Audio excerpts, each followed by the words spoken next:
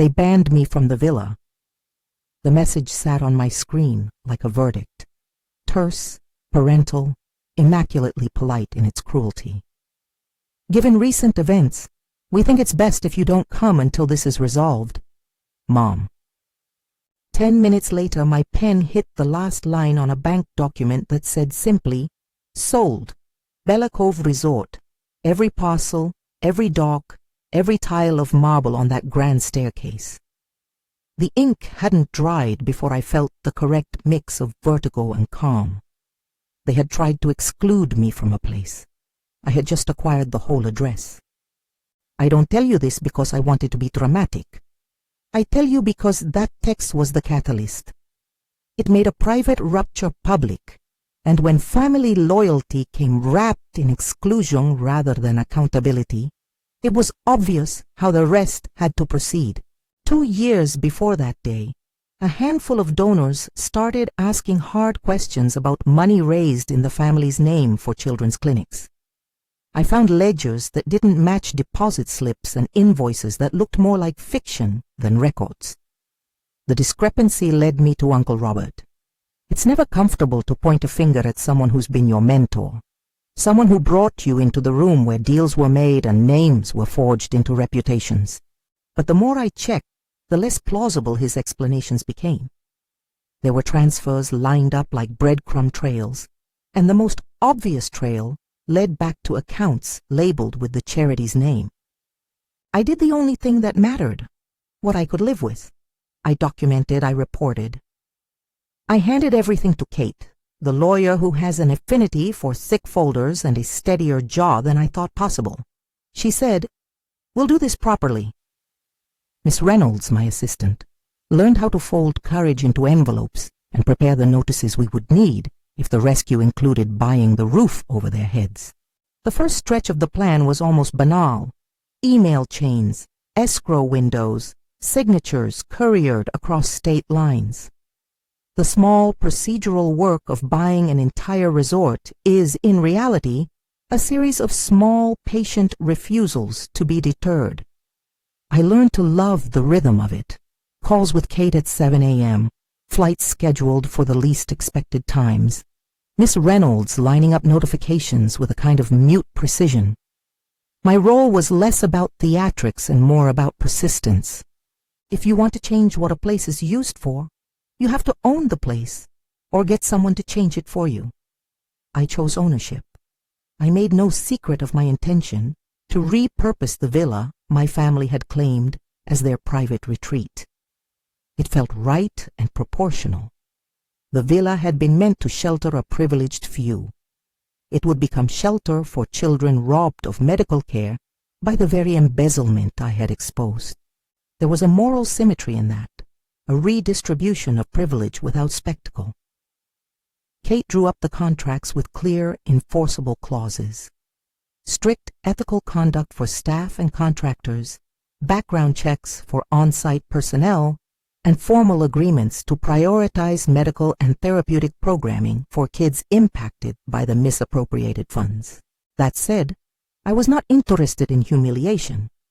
I never asked the hotel to take anyone's keys and throw them into the ocean. I asked the manager to apply the new ownership policies uniformly. No exceptions. If you own a place, you get to set the terms. Those terms would be fair, but firm. After the purchase closed, Miss Reynolds and I drafted the notice letters. They were diplomatic in tone because civility keeps more doors open than invective. Each envelope contained a statement, new ownership, new access protocols, and a notification that Villa Bella would be reassigned to a children's program starting the next month. There was also a line that read, "We are cooperating with ongoing investigations and will comply with lawful requests." The envelopes weren't dramatic, but delivering them in person would be. I arrived at Bella Cove on a late summer morning, when the ocean felt like glass, and the reeds in the dunes rustled as if they were whispering the sort of gossip the tide keeps. The resort had always looked cinematic at that hour, sunlight on white stucco, palms like sentries. It was oddly calming. I wasn't there to shout, I was there to be present while change happened. Families arrived for the holiday week. Champagne thermoses, designer luggage with wheels that clicked like small metronomes across the marble. My parents came in that caravan of regulars, suited for their routine like uniforms. Victoria, my sister, arrived with a posture that said entitlement was simply another part of her passport. Uncle Robert was there too, as if the ocean breeze could buff any stain. We didn't need to stage a confrontation. The notices had thin, tremulous power. Staff handed them to guests at the bell desk, and I watched faces change the way clouds change. Slow, then suddenly all at once. The bellman's hand felt slightest, and the rustle of the paper carried a sound I would remember. That quiet, officious ripple a world makes when someone rewrites the rules. They unfolded the letter in the lobby. Dad's cheek went a shade paler. Victoria's mouth set the line people use when they choose denial as armor. Uncle Robert did that small, involuntary look people reserve for when they discover someone has found the exact piece of the puzzle they supposed no one else saw. The manager, a composed woman named Elisa, read the notice aloud because the words had to be heard in the open. "New ownership," she said. "New access protocols. Villa Bella will be reassigned." She kept her voice neutral. That neutrality carries the authority of procedure. I walked down the mezzanine where the chandeliers refracted sun like lukewarm promises and met them in the middle of the lobby. I smiled in the way you smile when you mean business but want to avoid spectacle. I told them plainly that I'd purchased the resort and that Villa Bella would become what it should have been all along. A place where children affected by the earlier thefts could receive care and respite. I explained, briefly, that I had taken every step through proper channels, that Kate and I had coordinated with council, and that we were cooperating with federal investigators looking into the charity accounts. There's an image that happens when you take a family's comfortable assumptions and place a legal fact in the center of the room.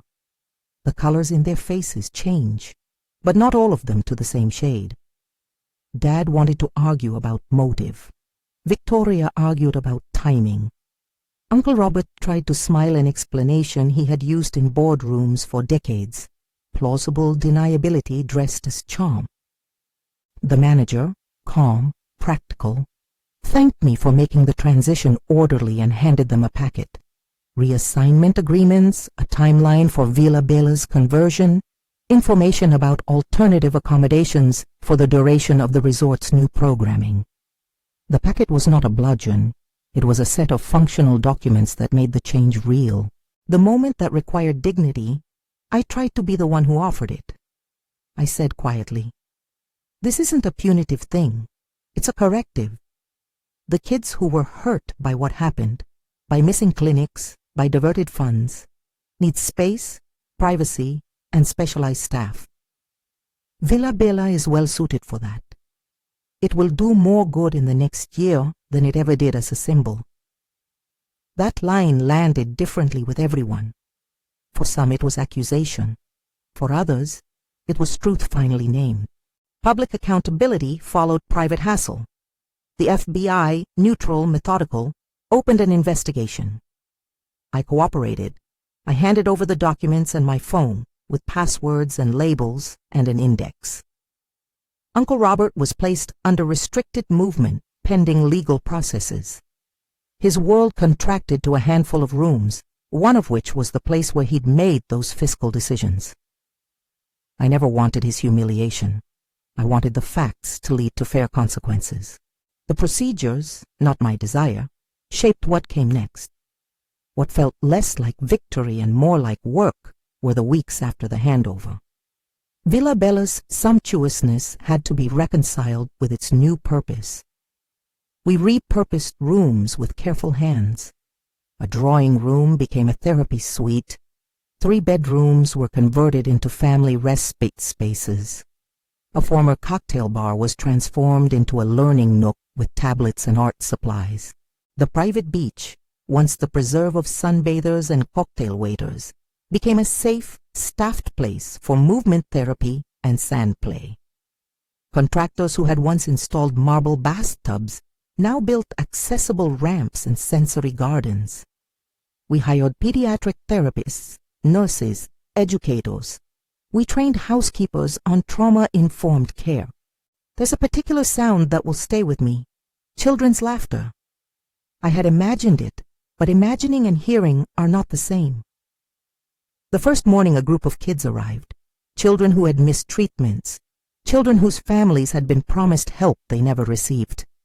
It sounded like permission granted. They ran through the garden, exchanged new nicknames, discovered a sandbox turned into a mini therapy lab. A little boy sat on a mosaic bench and traced the tiles with a concentration that made the people watching weep quietly. My parents watched from a suite that was offered in good faith while issues were resolved. They were allowed to see, and they did. The community response mattered. A local foundation organized the gala to support the program. Donors who had been wary of giving to family-associated funds found it easier to write a check once governance changed. I insisted on transparent reporting, monthly updates on programming, expenses, and outcomes. We published anonymized impact reports. It felt right to be accountable in the open. Accountability is as much about habit as it is about law. That habit changes culture. Family dynamics didn't resolve overnight. Victoria circulated an op-ed draft defending tradition. Dad called with an ache in his voice and memories of better summers. Some relatives reached out with guilt, others with anger. The point was never to erase that complexity. If anything, the way they responded made the moral calculus clearer. Loyalty without integrity is a brittle currency. There was room, even here, for reconciliation. I met with Mom on the veranda one evening while the children's laughter floated up from the garden like proof that a place could be both restful and useful. She had always been a bridge between our family's impulses and the public face they wanted to present. We didn't fix years of cold shoulders in a single conversation, but she listened. She read the reports, and she brought food to one of the caregiver families who had just arrived, a small act that to me felt like an olive branch. The property's transformation didn't erase the past, but it redirected its future. Villa Bella gained a new name, and with it a programmatic spine. Short-term respite, long-term rehab partnerships with regional clinics, summer enrichment for children who had previously been sidelined by the scandal. The private pool became a hydrotherapy area. The cabana once reserved for VIPs was now a counseling suite. Staff who had worked the resort for years found new purpose in roles that weren't performative but practical. What I didn't do was gloat. There is a cheap joy in rubbing someone's nose in consequence, and I never wanted my actions to be posturing. The shift from private indulgence to public service felt most satisfying when it was silent work. When a nurse brought a child an ice pack, and the child's mother finally slept for the first time in months, and there was no audience to applaud except the steady hum of equipment and a thermostat set to the right temperature. Uncle Robert's profile in the papers dwindled into a line item about restrictions and pending hearings. His house arrest and the investigation were public facts, and they were not the spectacle that satisfied me. What satisfied me was watching the first group of kids take a class in the converted library and banking the memory as proof that accountability can lead to restitution. The moral balance sheet was not something I could keep in a ledger. It showed up in a child who could now access therapy, in a caregiver who found community, in my parents' softened expressions when they saw the kids play. In the months that followed, we extended invitations to other families affected by similar mismanagement. The resort became a model for how private resources could be redirected without destroying the experiences of other guests who relied on these places for joy and rest. We scheduled staff training, community meetings, and an annual review with independent auditors. We set aside rooms for visiting healthcare professionals so they could provide outreach without the friction of commercial rents. There were critics, predictably. Some said I had weaponized wealth. Others claimed the optics of a family feud could not be untangled from the public good. I accepted those critiques because part of making structural change is tolerating the discomfort that comes with shifting expectations. If power shifts, conversation follows. On an ordinary late afternoon, I sat in my office that overlooks the lower gardens and the bay. I had my feet perched on the edge of the desk, in the way people do when they have a moment to be simply human. Below, children raced around the fountain. One of them carried a paper boat he had made in an arts workshop and insisted on showing me how it sailed. For a long time, I watched the bright, earnest way he kept fixing the sail each time the wind tipped it. It felt like watching patience in motion. Vindication, for me, was never about a campaign of retribution. It was about taking what I had, access, means, knowledge, and using it to restore what had been taken. There is a lesson there about the way privilege can be repurposed, ownership used to tilt the scale back a little toward those who had been shortchanged. There is also humility in that lesson. You can buy a building, and you cannot buy back time. What you can do is create space where it matters. If there is one thing I want you to take from this, it's that accountability works best when it turns outward. The resort continues to operate as a place of rest for many. The villa, renamed and redesigned, offers care for children and respite for families. The legal matters are ongoing, and I welcome due process. I did not set out to be judge or jury. I set out to ensure that assets tied to harm did not remain instruments of exclusivity. If this story speaks to you, stay with me. There are more like it, of private reckoning and public good. For now, I'll close with a small, stubborn detail. A child's laughter is a better soundtrack for a marble staircase than any family's entitlement ever was. That sound is still playing, and it's enough.